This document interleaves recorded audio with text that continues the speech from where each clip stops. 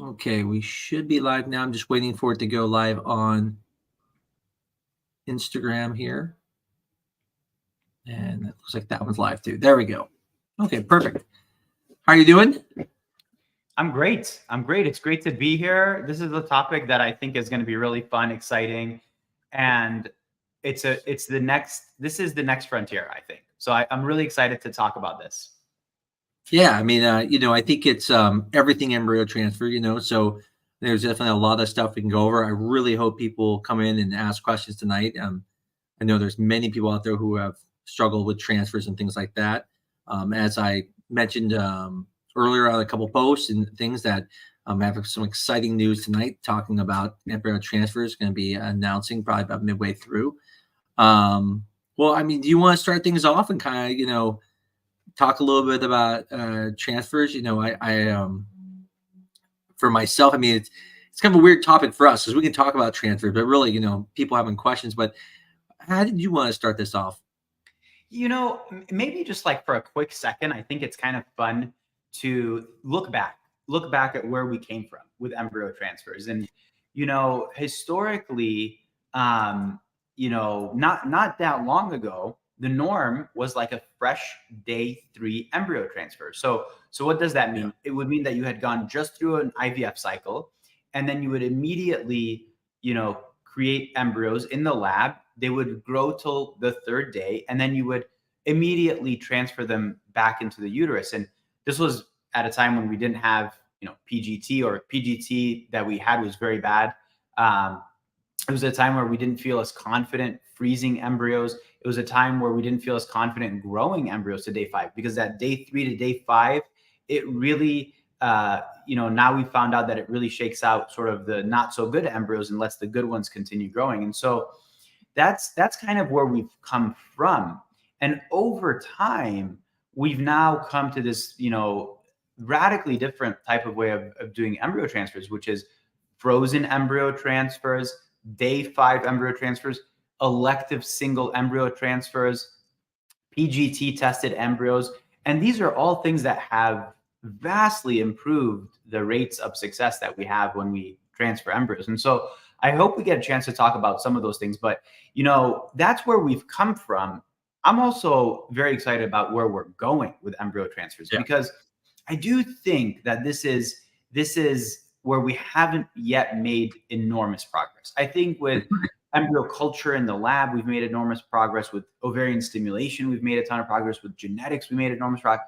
We don't really totally understand what's happening when the embryo is implanting into the endometrium. I mean, of course, we understand some of the basic science, but we don't totally understand it. And that's why, in small part, there seems to be a little bit of a ceiling with regards to, transferring a very high quality embryo. You still don't get 100% success rates. And I think that that difference there has a lot to do with, optimizing the endometrial lining. So we'll talk about some of those things, but maybe I'll just stop there for a moment and see kind of what your take is on the intro for this topic here. Yeah.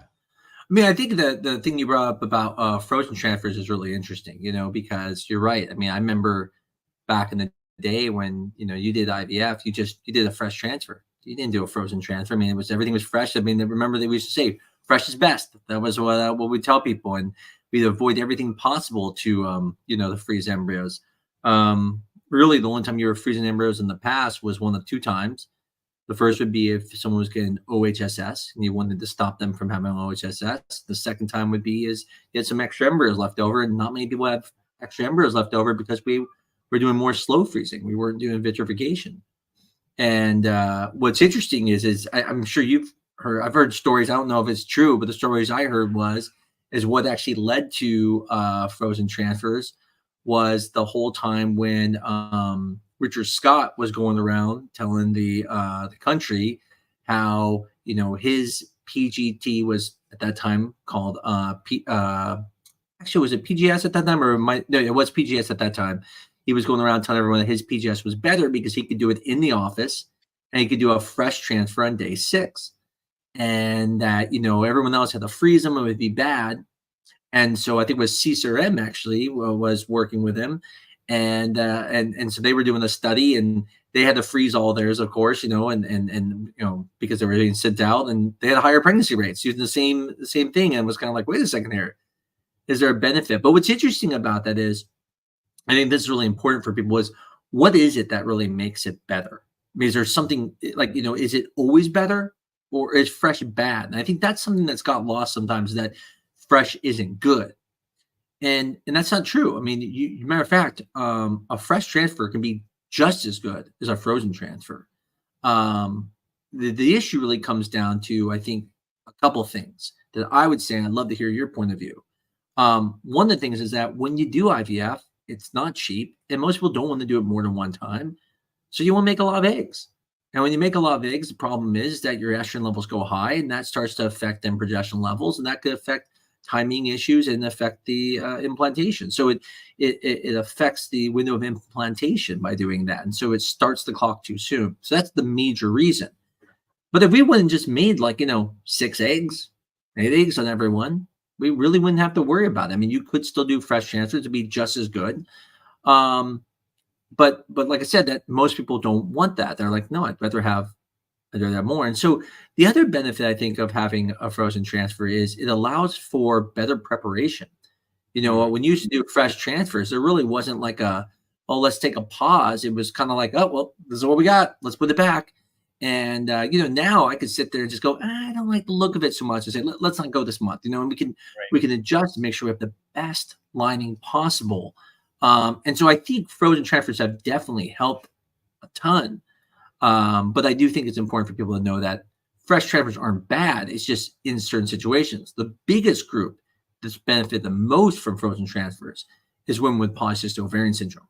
They by far have had the most benefit, because their progesterone levels would go up more than most. And so, anyways, I just thought that was kind of an interesting thing you brought up about the frozen transfers. And I think it's one of the things that, like, it's become so commonplace now that I've had people get worried when we do a fresh transfer. They're like, is it bad? I'm like, no, it's not bad at all. Yeah. Yeah, no, I mean, it's such an interesting point. And I think I want to like highlight what you said too about the fact that, when you do a frozen embryo transfer, you can really set, that patient up for success, meaning that you can focus all of the effort on making sure the lining gets thick enough, making sure, the progesterone is still low, making sure that from a lifestyle standpoint, everything has been optimized. And that's really hard to do when you're trying to kind of do the joint effort of growing eggs in the ovaries and making sure the lining is at the appropriate place. And you kind of have to, a lot of times, almost sacrifice one a little bit so that you get the other one optimized. And I think that's a really interesting part of, frozen embryo transfers and where we're going with everything. And I think, more and more clinics are doing exclusively for frozen embryo transfers. Yeah. I think for people who are coming on watching the show today, who maybe don't understand what we're talking about, I think it's important for everyone to understand, so everyone knows what we're talking about. IVF, there's a process. You retrieve eggs from someone's body, you make embryos, and then at some point you put those embryos back into the person's body, which is called an embryo transfer, which is what we're talking about tonight. So in case anyone wasn't sure about that, sometimes it can be all done at the same time, whereas when you retrieve the eggs, 5 days later, you put the embryo back, or they could be frozen and then they can be transferred. And like we were talking about, we're in a unique time with vitrification where it allows, or the ability to do frozen transfers at a very high rate. I think a couple of things I think would be great to talk about tonight. So if you're listening, again, please feel free to talk to them. But I think, one is talking about what we were talking about, frozen, fresh, questions about that. The embryo preparation, what are the different ways to do it? Is there only one way? Talking a little bit about things like, grading. Why do we pick embryos that we pick? Talking about our techniques. Is there different techniques? Is there differences between doctors? There's definitely studies out there that show that. And then, kind of the other things is, what things benefit the transfer, such as like there's acupuncture and things like that. We've had Amy on recently about talking about acupuncture, how that helps. And so, anything else you think that might be some good topics for people to come in with questions about? Yeah, I mean, since we're talking about this also, we're talking a lot more just everywhere about single embryo transfer versus historically where we would do more than a single embryo. We would do double embryo transfers, and even in certain contexts, even more. But now, that takes into consideration all the stuff around PGT. And I think definitely, there's been some myths out there that would be interesting to go over, and would love for some people to come on. And, I have a couple myths in the back of my mind that I've heard over time, but, definitely some myths out there about, what to do and what not to do at embryo transfer. So yeah, I don't know. I mean, we have a couple questions coming in. We can start there. We can also start with a topic, wherever you want to take it, Dr. Amos. Yeah, let's start with this question right here. I think it's a great question. And it says, hey doctors, Fargo here. Question for you: is there any benefit to a fresh transfer if not doing PGS testing? And so her specific example is, is there less chance of damage when you don't freeze it in the thawing?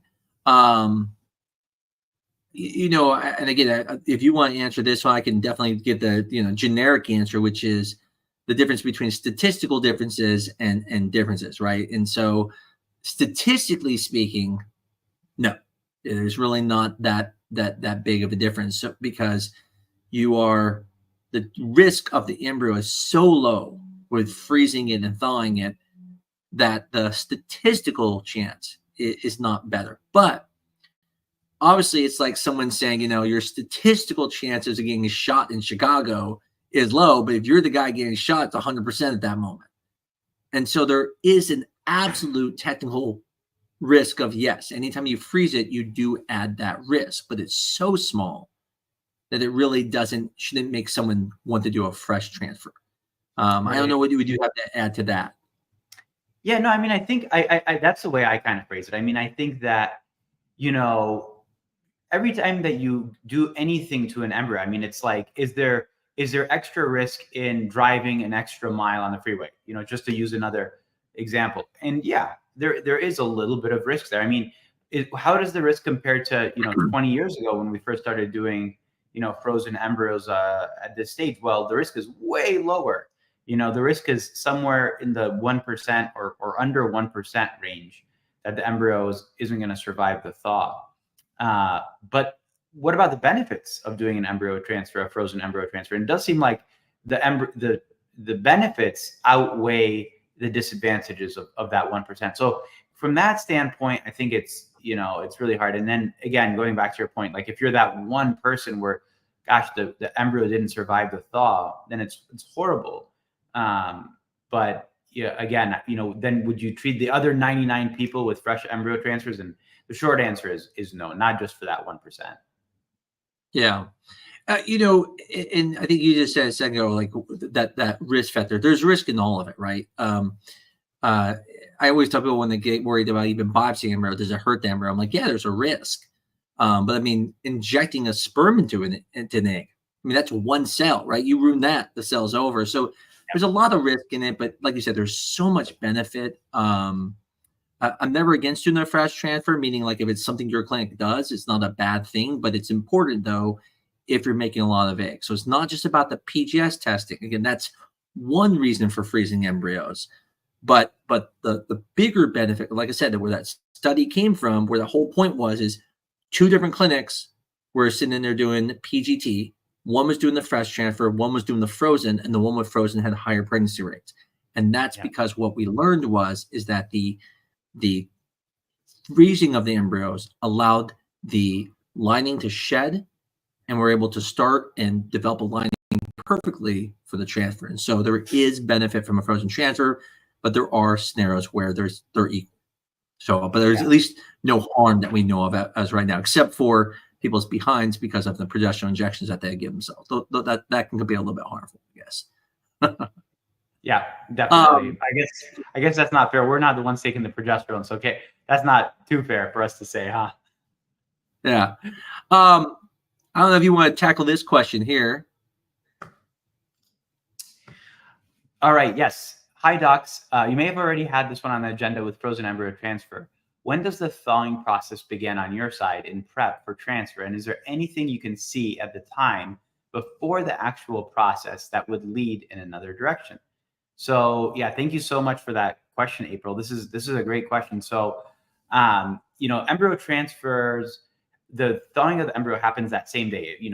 Generally a couple hours is what it takes for an embryo to thaw and be ready for an embryo transfer. There are some small variations of that depending on if the embryo needs to have like embryo glue or something of that kind. Different protocols a little bit in different clinics, but ballpark, that's kind of when it happens. So then, do you have something that you could do based on that would change with direction? Well, definitely. I mean, so the first thing that we always look for is that the embryo survived the thaw.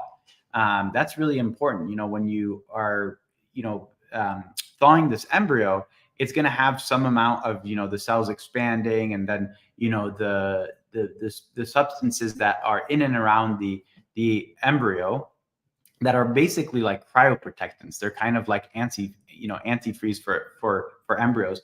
They're going to exit the embryo, and you have to kind of make sure that the embryo is expanded appropriate and it looks good and it looks healthy. And there's certain characteristics that the embryologists are looking for. And if it doesn't have those, then we have to say, hey, the embryo didn't survive the thaw. And in that case, it takes us to say, well, we need to talk with our patient, say, hey, very unfortunately, it didn't survive the thaw. We need to maybe thaw the next embryo or whatever the next thing would be in that process. And that's a really important step at that stage, because you don't want to transfer an embryo, of course, that didn't survive. In terms of other things that you would be looking for, I mean, I'm trying to think what other kinds of directions one could go in. Dr. Amos, what comes to mind with this? I'm trying to think. It's a great question. Yeah. I mean, this actually happened to us today. So I had a patient who was going for a transfer today. When they went to go thaw the embryo was alive, everything was fine, but there's a little bit of a granulation on the embryo. There was a little bit of a concern that what if this embryo doesn't continue to survive, and go. And granulation doesn't mean the embryo is going to pass away. It could eventually get rid of those cells and everything will go fine. But those cells that had the granulation could be the beginning of the end. Interesting enough, podcast is what I did last night about cellular death. And so in that situation, we felt it was worth telling the patient that the embryos survive and could definitely lead to a pregnancy, but it might be worth actually thawing a second embryo in this situation. And that way we'll have it available. It was a little bit unique because she was in embryo glue and has to sit there for several hours. So we had to make the decision earlier than versus just waiting later and checking again. But there are times that, when you thaw an embryo, you can see things that might be concerning. It's not very common. But in that situation, the different direction could be is that you would thaw another embryo in that situation. The other thing is also at the transfer. I mean, it doesn't happen very often, but I've had it twice now in my career where I've went to go do a transfer and we're like, there's fluid in the uterus. And then we see fluid and then we have to cancel the transfer and refreeze the embryo. And by the way, both of those people ended up having success with their transfer, being able to get pregnant after we rethawed them. Those are kind of the things I'm thinking. I agree with you. It's a great question. I'm just trying to think of any other thing. Yeah. I mean, I think it gets to another question though, and this is great, April, that you asked this. I mean, the idea is there's a lot of things going on behind the scenes that the embryologists and the doctors are cross-talking about. They're talking about all these things before your embryo transfer happens, and just confirming, like, a pilot does on his checklist, that everything is, all systems go to have the best possible outcome. And if we're not there, then we kind of navigate in those hours beforehand. So fortunately, that doesn't happen often. Most things go exactly according to plan. But when there's a little bit of a change, it's not a bad thing. It's that we're trying to further optimize for the situation. I just want to remind people again, all the things we're going over are questions you guys have and what we think is good questions. But if you have questions, remember, don't feel dumb getting on asking them. Someone else is probably thinking them, and you don't have to show your face. So if you're worried about that, please come on. And like I said, it really is beneficial for everyone. One thing I saw someone ask from in the Instagram was, would double embryo transfer increase my chances of getting pregnant? And obviously, this is a very good question. This is, as you mentioned earlier, in the past, we used to transfer multiple embryos. One of the most famous cases is Octomom. Not many people realize how that was. I mean, when you talk about hitting all the specific parameters they had to happen, that was where they transferred 6 embryos, and all of them took, and 2 of them split, which is what got your octomom, from what I understand. No one does that, and that was even very rare. But the question is, does it benefit you? And there's definitely a lot of things out there. I've had doctors will sit there and tell you that, no, it's not better, which is ludicrous. There always is an improvement by putting back 2. But the case where I like to talk about, and I'd love to hear your perspective on this, Dr. Salem, is that every time you have more than 1 embryo in there, though, you have double the risk. So you have 2 embryos, you have twice the risk. 3 embryos, 3 times the risk of something going wrong. And so my philosophy, what I tell people was, I think there is nothing wrong with twins, but there's no question if you only have 2 embryos and you put them both back at the same time, your technical chances of getting pregnant are higher than if you just put 1 back. Right. But your chances of having a live birth are actually higher if you put 1 back at a time, because if something happens with those 2, you lose them both potentially. Whereas if you put 1 back and something happens, you have a subchorionic hemorrhage, you just lose that one and not the other. And so there truly is a benefit of 1 at a time. Now, that being said, again, my preference is, I still think, I still think people should be allowed to put back 2, but as you and I both know, which that is not an announcement tonight, but one of the changes we have to make at our clinic is we're going to have to go to not allowing elective 2, because insurances now are coming after clinics and not even removing their contracts. So multiple embryos is definitely going to be a thing of the past. And it's going to be very, very rare in the future because of people, pushing it on. But what is your thoughts on that too? I mean, clearly there's a benefit. There's no question there's a benefit, and there are times and places for it. Yeah. No, I mean, I think, anybody that argues that putting in 2 embryos is going to lead to a lower success rate than 1 embryo in that individual embryo transfer, as long as the embryos are like equally graded and everything, isn't telling you the full story. The question is, how much better is it? And is it worth the risk? And the simple answer is, it's probably not worth the risk for most people. And I'm qualifying it, most people. So there are some people out there where definitely there's going to be benefit. And those are, that's why medicine has to be personalized. We have to take it on a case-by-case basis. But, there was a good study that was once done where they did double embryo transfers and single embryo transfers and of PGT tested embryos. And what was really impressive was, first of all, the success rates were really good. So I think in the single embryo transfer rate, I want to say it was roughly like a 60% pregnancy rate.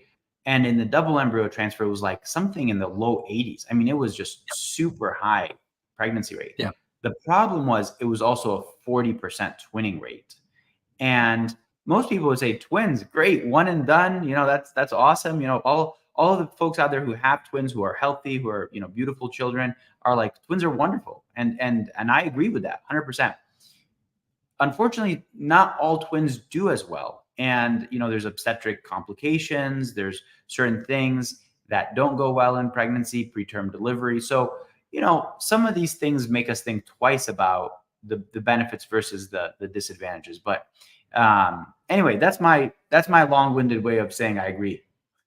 Yeah. It's like I said, it's going to become a thing of the past, and I think just so people understand where also that comes from insurance standpoint, a twin pregnancy cost-wise, and I think that was something else they looked in the study, was like, well, it's just the cost was tremendously more than a single pregnancy because of all the complications, preterm labor, all different things. And so it's just, like I said, unfortunately, insurances are changing the industry a little bit. But you're right. I mean, what if someone has like 2 days 7 embryos, or has untested embryos that are poor quality? It makes sense to do in those situations. That's what you said, individualize. And that's exactly how we're going to go to our clinic now, is just individualize it. But I see we got someone here way in the back. And so, again, that's what we say. These are the best questions. So we'll bring on Aaron here. Hey, Aaron. Hey, how's it going? Thanks for having me on. How are you doing? Coming on. I'm doing good. Good to see you. I'm actually on a work trip in Cincinnati, and I have a couple questions. So so our situation, Dr. Salem, Dr. Emil is obviously familiar with our situation, but I have, in particular, I have low sperm count and low motility. And then when we just did a egg retrieval and fertilization with my wife Shayla, and had I guess pretty low fertilization. Well, the way you described it, Dr. Emmels, was that a lot of the eggs fertilized but didn't grow, they didn't progress. And then the one that did had a genetic abnormality.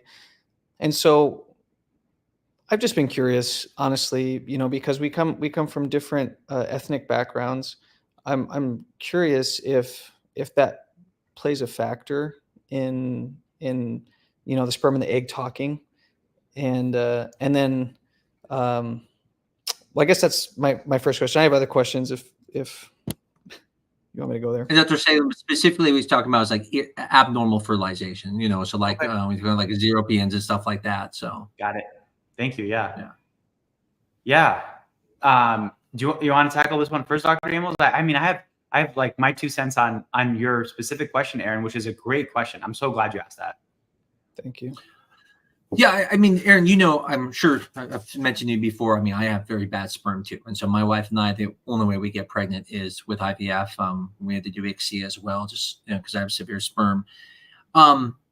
It's weird, like I was talking to someone this morning about this, that I actually had a gentleman ask me, hey, if you put the sperm in and it doesn't fertilize normal, can't you just do it again? And I'm like, well, no, it's over. It's like a one-shot thing. When you put the sperm in, the sperm's in the egg, and the sperm and egg come together and they fertilize. And when we talk about fertilization, what that means is it means the egg underwent its last split. And so the part you have to understand is that eggs are stuck in what we call prophase 1 of meiosis. And when they're mature, they undergo a division, but it's an unequal division. And so a little tiny polar body comes out, and the rest of the egg gets all the cytoplasm. That's how the egg gets so big, biggest cell in the human body. And then when it undergoes fertilization, the way we're able to tell it fertilized is by it undergoes a last division, and that releases the other polar body. And so then we know it fertilized. But there's another thing that has to happen, and the DNA of the female and the male have to somehow combine together in a way, right? That's what makes now this new human. And for some reason, at times, it doesn't go as well. And so we get these things like 0 PNs, 1 PNs, 3 PNs. And the PNs stand for pronuclei. They're these little structures that show up for a very short amount of time. And it lets us know that something went wrong. Now, sometimes it could just be a displaced window where we don't see them in 0 PNs. But the point is that it tells us it didn't fertilize normal. Now, your question about, hey, is it possible, like we come from different cultures or different things, is that going to affect it? We don't think so. I mean, people have babies all over the world, right, from different cultures, no problems at all. So there doesn't appear to be anything that would support that. It's a great question. Now, there could be something else, right? There could be, there's always this fear everyone has, like, hey, are we incompatible? Like, is there something wrong with our sperm and egg? But there could be things like at the level of the sperm or the level of the egg, and that maybe there's small problems where they're just not getting together as well, right? That DNA is not going. So there can be things going on, but it's not a cultural or a specific thing. Like, you guys didn't meet the wrong partner. I used to joke around with my wife, say, man, you met the wrong partner. Unfortunately, ours doesn't work so well. I'd love to hear what you had to say as Dr. Sean, but hopefully that answered the question of what you were asking about. Is it possible that that sperm and egg don't work together and incompatible? And the answer is no. And there are doctors out there, by the way, who tell people this. Oh, it's incompatible. And that's the problem. And that's insane. I mean, that's just completely insane. So. Yeah. No, like here's the thing, right? And I mean, the point that some people are trying to make, and they're taking it a lot of times from a reproductive immunology standpoint, is they're saying there's kind of like the immune system of the mother is rejecting the sperm or attacking the sperm, or something is happening at that level that's making it such that it's just not allowing for fertilization to take place at all. And no study has shown that in any way, like to be, you know, a real thing. So they're trying to, unfortunately, in my opinion, peddle kind of therapies that are not yet actually proven to work to kind of mitigate the risks of this.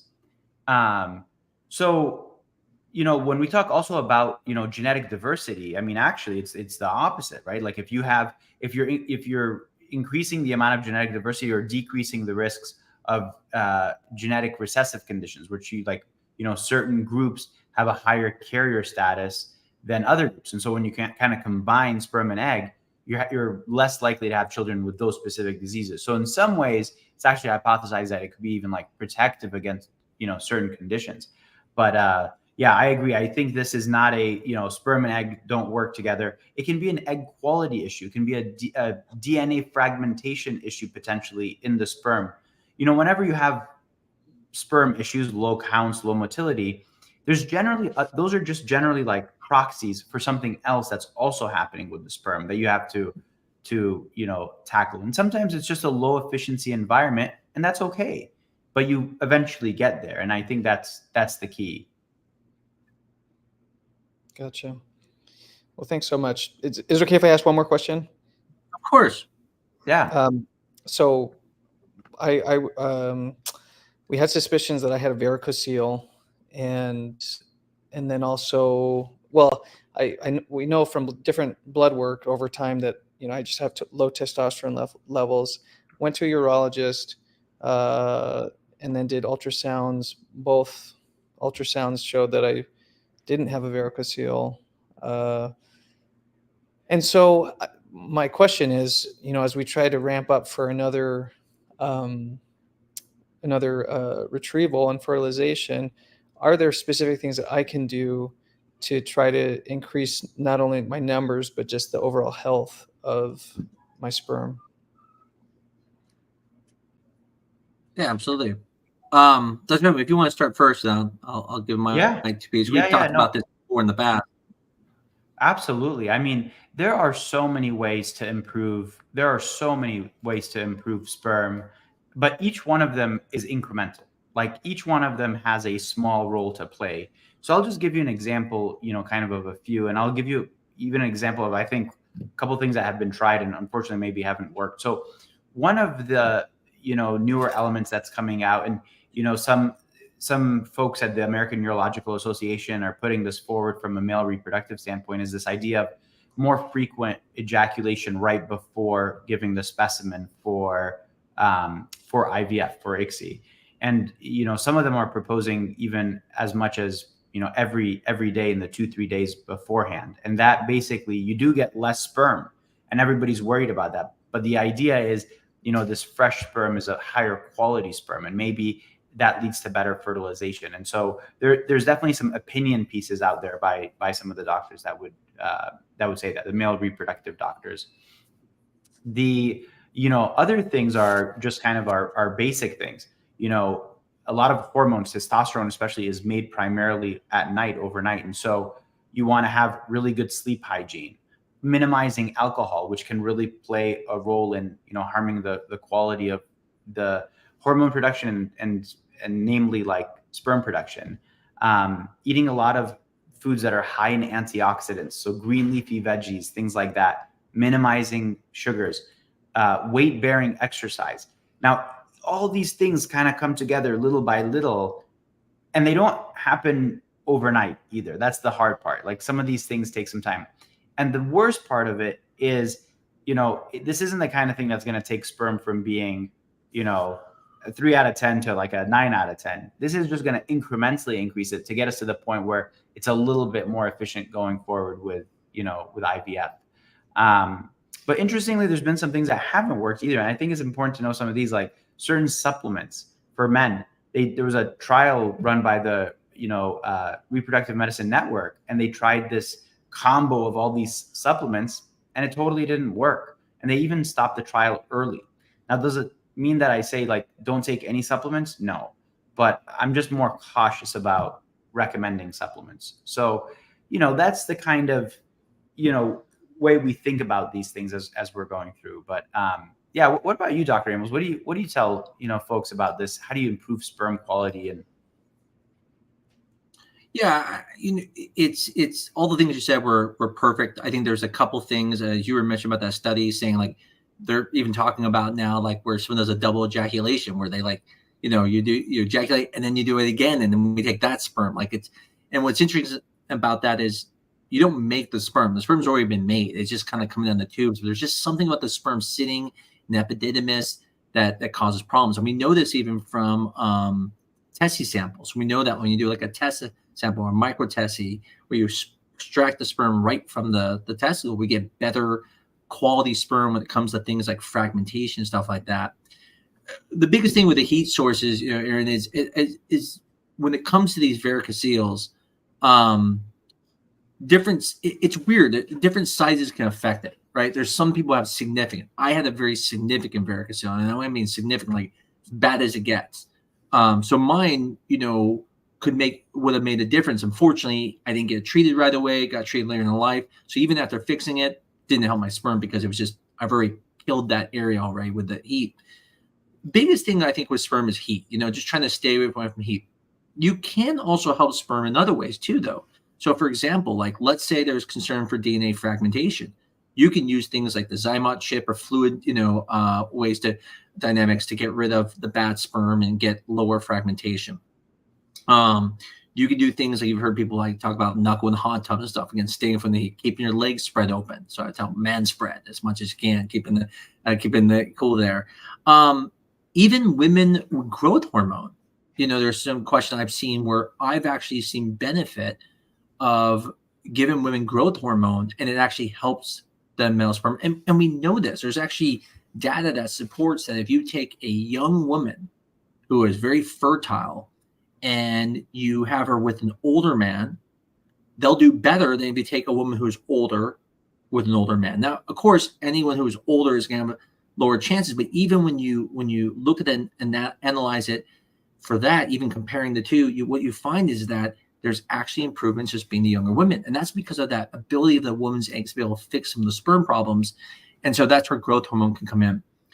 When we talk about your situation, and again, I don't want to get too specific because obviously it's yours, but one of the positive things, I think the thing where you can see a lot of hope is that even though a lot of them fertilize abnormal, the ones that fertilize normal did exactly what we expect after that, right? I get much more concerned when someone has a bunch of normal fertilization and then nothing makes it to the end. I'm like, oh, that's weird. They didn't even follow the normal progression. Yours did. Problem is that fertilization, and there's also just chance. We have to remember that. I mean, the average person, right? We don't even call them infertile for a year. That means 12 times, 11 times in a year, they could not get pregnant. Something could go wrong in their body and no one blinks an eye. And so when you take it from that standpoint, you go, well, listen, I got around close to 12 eggs, which you guys did. Realistic in life, we wouldn't even expect to go perfect every time. And so there is sometimes it's just fluky, and doing another cycle could be the answer. But what we do as clinicians and us is we then say, where could there be other problems? Let's fix those. If we're wrong, it's just a fluke. Great. It's going to be better the next time, but at least we went after the other issues. And those are things that we talked about, all three of us when we spoke, and those are the things that we're going to make the adjustments on. So. Okay. Well, thank you so much for your time. I really appreciate it.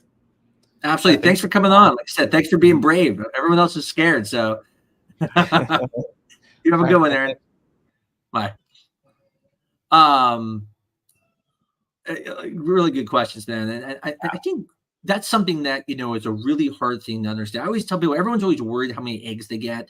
Everyone's worried how many embryos they get. My biggest fear is fertilization day. That's my biggest fear for everyone, because almost every aspect we can follow, right? You can fertilize me, okay, we're gonna get at least around 70-80%. Meaning like that will actually fertilize. Once you make embryos, that like half of them are probably gonna make it to blastocyst. But the one thing you don't know is that will be normal fertilization. And There are just these weird cases, and they're not that common, but where you just get a lot of these 0 PNs, or you get a lot of people with 3 PNs. And it's important for people to understand that a lot of times you see a lot of 3 PNs, 4 PNs, stuff like that. you start wondering if it's more of an egg issue. There is a Right. general sense that there could be an egg issue, and that's again the reason men get a pass is because they're making sperm all the time. So their sperm, doesn't have that same concern of having, extra chromosome in them. But I mean, I don't feel like I see it often. It's just so tragic when it happens. What do you do in those situations? What do you talk to people about when you see that? Yeah, I mean, it is tragic, right? I mean, I think, one of the concerns, just going back, not to necessarily couples with severe male factor, but like just fertilization in general. One of the reasons, I would say one has kind of a little bit of a lower threshold to say, hey, let's do ICSI, meaning I tend to do ICSI for, quite honestly, a lot of folks, is that there is this 2% total fertilization failure that's out there if you don't do ICSI that you would have Yep. never known about. And the cycle is done. None of the Yep. eggs fertilize and the cycle is done. Everything's gone. Yep. You can't salvage that anymore. And so I think the fertilization step is really one in which, while the vast majority of the time things go average and they go great, uh, every once in a while you get these fluky things that can happen. And it has to do with the cellular machinery, elements that we probably don't fully appreciate, understand yet. And Yep. and sometimes you just have to go into another cycle. The next cycle goes completely differently. And you just say, you know what? I can't totally explain it, but that's not what we're here for today. We're here to help you have a baby. Yeah. So I got to jump on this next question because I think it's probably the most important question that we'll probably talk about tonight. And I'm just going to knock this one up here, which is the myth about FT of having McDonald's French fries. So what I can tell you is there is absolutely tons of scientific literature showing that McDonald's French fries are the answer to things. And if you don't believe it, the question is, they're so good, why would you care anyway? So I definitely feel the McDonald's thing is true. The science is just because I like them and I feel like everyone eats them gets pregnant. But to your point, yes, they're definitely delicious, but there is probably not real science behind it. So I had to do it. What I've heard is you've got to have the doctor eat the French fries as well, and then you get Yes. that By us the benefit. French fries. That's right. No. Always think ahead. I like it. I love Dr. definitely don't buy us the French fries. We're but we can't recommend against going to get some French fries. Yeah. So a couple other questions, some questions here. This is one where I'm gonna let you kind of jump on that. Was kind of just asked a little bit ago, like what can you do to improve sperm? What can you do? And this kind of that same thing. I'd love for you to answer. One of the things I've even done in podcasts I talk about is that there's a difference between a bad lining that's just chance and a bad line because there's something wrong. Yeah. One of the things I get asked a lot of times is, is there something wrong? And their line is developing perfect. And I said, listen, if there was some other scarring, some other major issue that was affecting the lining, you would see it. It wouldn't grow. Like the cases are bad. I can see it. I see it go, listen, it looks weird. And so a lot of times people are worried about this, but a lot of times things go fine. I just love to see what your thought is on this about building the lining and stuff. Because again, not building lining isn't that common, and there's pathological times that it makes sense why they get thicker. Yeah. I think those are like the two groups, right? You've got the one group of patients where the lining just won't build. Like you can't get it beyond 5 or 6 millimeters. It never looks quite trilaminar, and there's all these actual reasons that we can get into about that.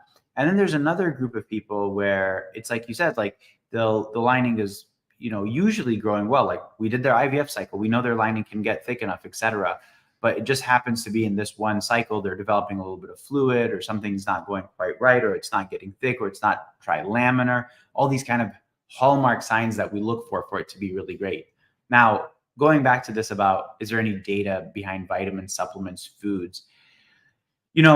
I wish there were, because it would make our lives so much easier, especially around the embryo transfer. The first thing is, this is really hard to study. Like how do you have all these different vitamins and supplements and make sure that only one group is exposed to the one different thing that you're looking at? The other part of it is, is there some science behind certain things that just sort of makes sense that we would want to do these things? For an easy one is vitamin D, right? So vitamin D, it's been associated, it's really low with miscarriages. So of course we would want to optimize your vitamin D levels before going through. Or folic acid. Of course we would want to make sure you have folic acid and prenatal vitamin prior to going through an embryo transfer. But about the uterine lining itself, I can't say there's anything that I know improves it from a supplement standpoint.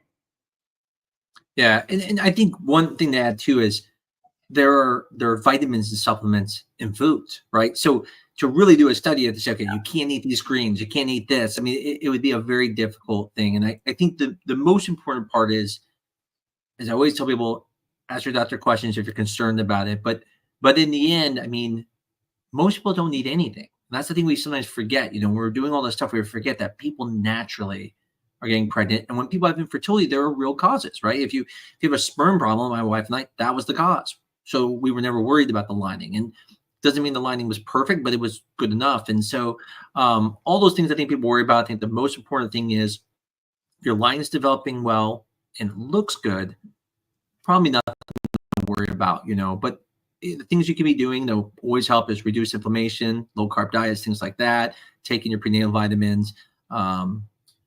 One thing I forgot, because I realized we're already past halfway the show, is I said there was a big announcement. So I do want to make that announcement because this is actually really, really cool. And it falls on the transfer. So we recently did a study, and this study, we're working with another company, and we were trying to determine if this device works as good as freezing, as like an automatic freezing device, as doing it manually. So what's interesting is we made embryos, and when we made these embryos were made with donor eggs and donor sperm. Now we have embryos, and these embryos are now donor embryos. It's a little bit different. Normally, when you have donor embryos, you have a family that made embryos, they're done having kids, and then they give those embryos away to someone else, which is great. It's amazing. We actually are not an embryo donation clinic, so we can't do that. But what's unique about these embryos are there is no other family with them. These embryos were created from a donor sperm and donor egg that don't know each other. And so these are just basically embryos to be adopted. And the reason why I want to announce it is that we're not, charging for them. If you actually have a transfer available, you can do it with a transfer. There's lots of different things, but it's a little bit different than the normal way. Normally, you have another family behind them and stuff like that. There's siblings out there. This would be different. So we have these embryos from this study left over. And there are certain embryos that do have to have very specific criteria to go in certain people. But some don't. Some have no criteria at all, and we can put them in anybody. And so if you are interested in this and you would want to use the donors, and we have some donors are Chinese embryos, there's Caucasian embryos, we have lots of different ones, but in the end, it's basically adopting a baby. But you're adopting a baby to go into your body. And we just have this really unique opportunity right now because of this study. We have all these embryos, and we haven't announced, we first told some of our patients about it, but now we're opening up to everyone. And if it's something you're interested in, reach out to New Direction Fertility Centers, talk to the third-party coordinator, let her know, and we can get you on that list. But it's just a really, really neat thing. You'll learn everything about the donors. So we have all the information, like I said, about them. But just a really cool thing that's not very common. I'll be honest, first time I've ever even heard of anything like this happen. To make embryos in a study takes like an IRB protocol. It's it's a very it's a little bit of an ethical dilemma because you're making these babies. And so to me, I think it's just so amazing that we can get give people these embryos. And like I said, because we're not embryo donation, we can't take embryos from other people, but these we can because there are no other person associated with them. So if it's something you're interested in, like I said, please reach out. Don't reach out here because I probably won't see the comments, but reach out to the clinic through the website, whatever way, and just let them know you're interested in the donor embryos, and they'll give you more information. So anyway, sorry that the takeoff from there. When talking about transfers, I know a couple things people always ask about is like, what things do we have now to improve it? And so you were talking about earlier, like, where we've come and gone. Like, so in the past, when it didn't work, you just tried again, right? It was just a trial and error. Okay, let's do this. And so I remember back in the day, like when you didn't, a transfer didn't work, you say, okay, let's give an extra day of progesterone, or let's do a natural cycle this time. You know, and we just kind of guessed. And now we do have some tools like the ERA, the Receptiva test. What are your thoughts on you know, obviously you know that people sometimes do this a little ahead of time, but what are you most excited about coming up? Like, you know, like what's next? What do you think is the next thing that's going to come out? Yeah, I think we're just on the cusp of learning a lot around, you know, that genetic fingerprint of the endometrium. And Yeah. we've, you know, there are some companies that have developed some really cool tools around this. It's just, you know, usually just like anything, the first couple iterations of the technology are not the ones that take. And it's usually, you know, the second, third, fourth iteration of that technology. So what I'm really interested in is further personalizing that embryo transfer process, lining up that individual's kind of window of opportunity with how much estrogen they need, how much progesterone they need, how many days of progesterone they need, with really a kind of optimizing everything on that standpoint. And I think we're gonna make a lot of progress there in the near future. The second little part that I'm interested in is for a different group of people, which is the group of people that have these implantation failures, the group that has very thin linings, the group that, you know, so one thing, and again, this has not been borne out in the science, so I don't want to put it out there as fact at this point, but it appears to be that some people who have had, for example, an IUD for a very long period of time and never kind of took it out and, you know, gave the endometrium a chance to grow back, some of them, a very small minority, appear to have endometriums that aren't growing back quite as thick anymore. And, you know, various physician scientists are looking at different ways to optimize that. You know, whether that's through like intrauterine PRP or some other factors, growth factors in the uterus that can regenerate some of those cells. I mean, maybe the future is cell therapy, stem cell therapy, where we can actually put stem cells back into the uterus. And this seems like a great use of stem cell therapy, where you're putting, you know, those progenitor cells of the endometrium to grow a better lining after one sort of can't grow anymore. And this would be a huge step forward, I think, to, you know, help people who are having these recurrent implantation failures, just can't get pregnant. And it is, to be fair, a small proportion of people, but for those people, it is so impactful that I think, you know, further research is so worth it.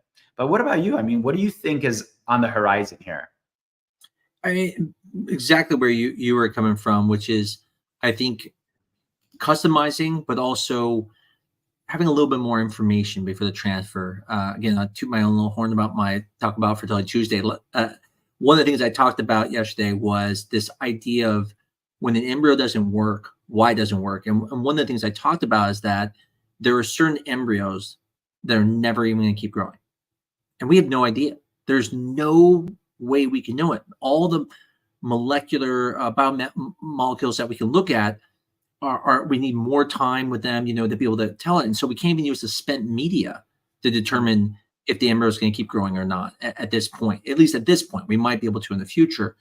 And so I would love a day where we can sit there and know this is embryo even have a chance. You know, maybe AI will be able to look at and go, no, it's not going to do well. Put a second embryo with it or something like that. You know, and that's where I would look forward to, because the thing is that, you know, you and I know this, that when you put an embryo back and it fails, most of the time you do another transfer and it's going to work. You know, Right. that everyone's hitting the panic button, and they should. I mean, I've been through it. It's scary as hell. But you and I know that most time people end up getting pregnant later, right? There's very few patients who you just never can get implantation. There's always a reason you find. But going through that process, I mean, that's a month of their life where they put through, right? And then to know in hindsight that maybe that embryo never would have worked, to make them go through that is horrible. And it every time it's a notch that goes, it's not going to work. I'm never going to have a baby. And it doesn't even matter. I've had patients put embryos back that we knew weren't even good. And we said, listen, the chances are really low. You know, it's a like high mosaic, you know, a not good grade. and then they would still be devastated, even though we talked about ahead of time, the chances were very low. And so I think that's going to be something I'm really excited about. Is there's a day where we can tell if the embryo is good enough to go. We're not just basing off of scores, because that's something that, I mean, we know that scores really don't mean a ton. There's some benefit, but once you get genetics out of the way, I mean, really the difference from the best to the worst, meaning in a category, obviously not the worst, like they're falling apart, but the ones that we're transferring are not that big of a difference in game credit, but there are things that are there that we just don't know, that we can't see. And so that's what I'm looking forward to, because we can't fix everything, but the thing that would make me feel horrible is knowing that if there were embryos that were never going to work, why transfer them? I mean, if we know for sure, or at least transfer the ones before because it's just so devastating for people. So right. I totally agree with that. One person asked a question I saw here: is there ever a chance that stem cells can mutate and be bad? So in other words, could it cause harm in that situation? That's an interesting question. I never thought about that. So yeah. You want to tackle it, or you want me to answer that? I mean, well, I'll give you my 2 cents. This won't be long. I mean, it depends kind of how the stem cells are being targeted, how they're being kind of introduced into the body. I mean, we know, like, for example, like some of the initial studies with genetic technology using CRISPR, they had off-target insertions. So said in another way, things went a little sideways. They went in places where we didn't want them to go. And so obviously this is a concern with stem cells. Now again, I'm not a basic scientist, and it's been a while since I've been in the lab. But I think with stem cells, the bigger thing is just not getting them to actually not getting them to start growing where you want them to grow.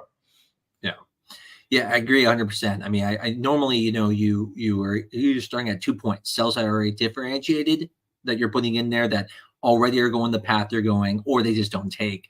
Rarely is, for example, you're going to put the stem cells in and they become a heart cells. That's not something that will really happen. I can't say it won't ever happen, but that really wouldn't be the situation, which I think is what they're asking.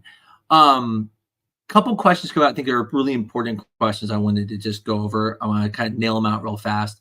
One of them here from Monique is, what is the oldest age for mom that's comfortable doing?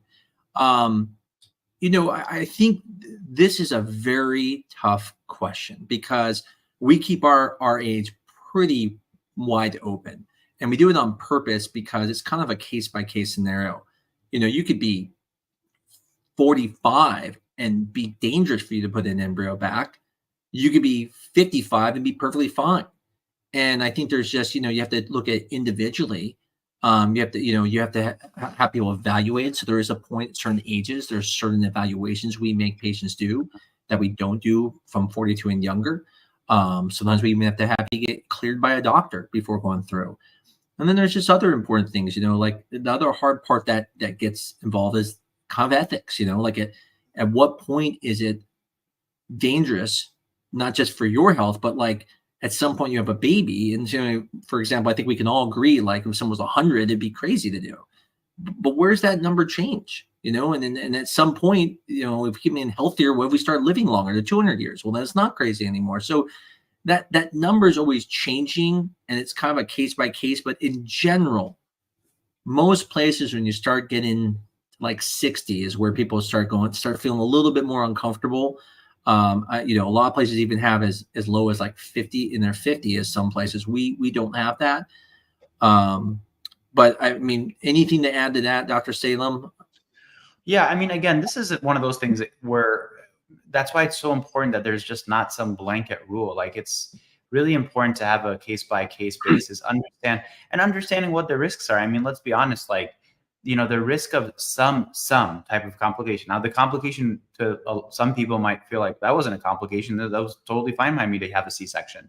But the risk of a quote unquote medical complication beyond a certain age, it starts to approach 100%. I mean, so that is not a reason not to do it. It's just something to be aware of. our job is to make you aware of, hey, this is what you're getting yourself into from a medical standpoint. Now, the other part of that story is that I think as the risk starts to really increase, it's really important to have multiple experts weighing in on it. So a lot of times we have like, a high risk OB doctor, or maybe you have a heart issue. Maybe you're only 43, but you have a significant heart issue. We have you go see a cardiologist, and your cardiologist is going to have to weigh in and say, hey, I'm clearing, so-and-so to go through with a pregnancy. So it's this kind of collaborative approach that we're all taking as professionals to keep you safe together. And I think the issue here is safety. It's really all about safety. It is. It's interesting though, because I think I brought this up before. You hear this a lot. Someone says, well, if someone's 60 years old and they get pregnant, like, are they going to be alive for their kids, graduation? But what's weird about that, and I brought this up, is if the woman is 65, but the guy is 40, we all still kind of shun against that. But if the woman is 35 and the guy is 60, we don't even blink an eye.